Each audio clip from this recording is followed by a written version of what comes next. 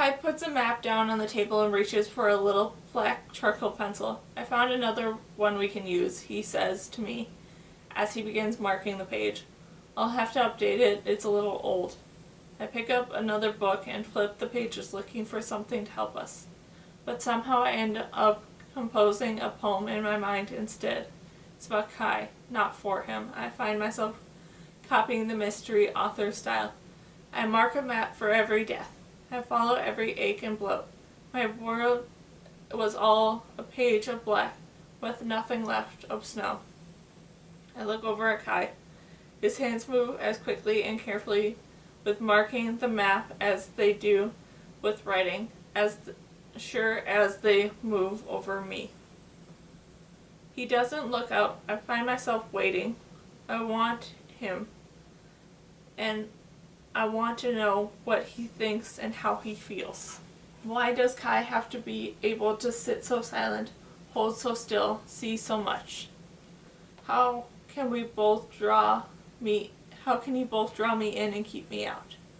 I need to go outside, I say later, exhaling in frustration. We haven't found anything concrete, only pages and pages of history and propaganda about the rising of the society and farmers themselves. At first it was fascinating, but now I'm aware of the river outside rising higher and higher. My back aches, my head hurts, and I feel a small flutter of panic beginning in my chest. Am I losing my ability to sort? First the wrong decision about the blue tablets, now this. Has the lightning stopped? I think it has, Kai says. Let's go see. If the cave full of food. Eli is curled up to sleep, packs filled with apples surrounding him. Kai and I step outside. The rain comes down, but the electricity has left the air. We can move when it's light, he says. I look over at him, at his dark profile, lit faintly by the flashlight he carries. The society would never know how to put this in a microcard. Belongs to the land, knows how to run. They would never be able to write what he is. We still haven't found anything, I try to laugh.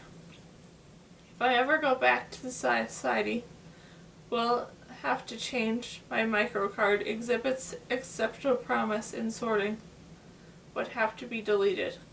What are you doing is more than sorting, Kai says simply. We should rest soon, if we can. He is not as driven as I am to find the rising, I realize. He's trying to help me, but if I weren't here, he wouldn't care at all about looking for a way to join with them. I think suddenly of the words of the poem, I did not reach thee. I push the words away and try. I'm tired, that's all. Feeling fragile, I realize I haven't heard Kai's complete story yet. He has a reason for feeling the way he does. I don't know how all of them. I think of all the things he can do, write, carve, paint, and suddenly watching him stand in the dark at the end of the empty settlement, something sorrowful washes over me. There is no place for someone like him in this society, I think, for someone who can create.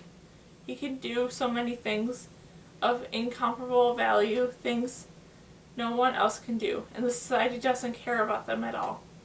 I wonder if, when Kai looks at this empty township, he sees a place where he could have belonged, where he could have written with the others, where the beautiful girls in the paintings would have known how to dance. Kai, I say, I want to hear the rest of your story.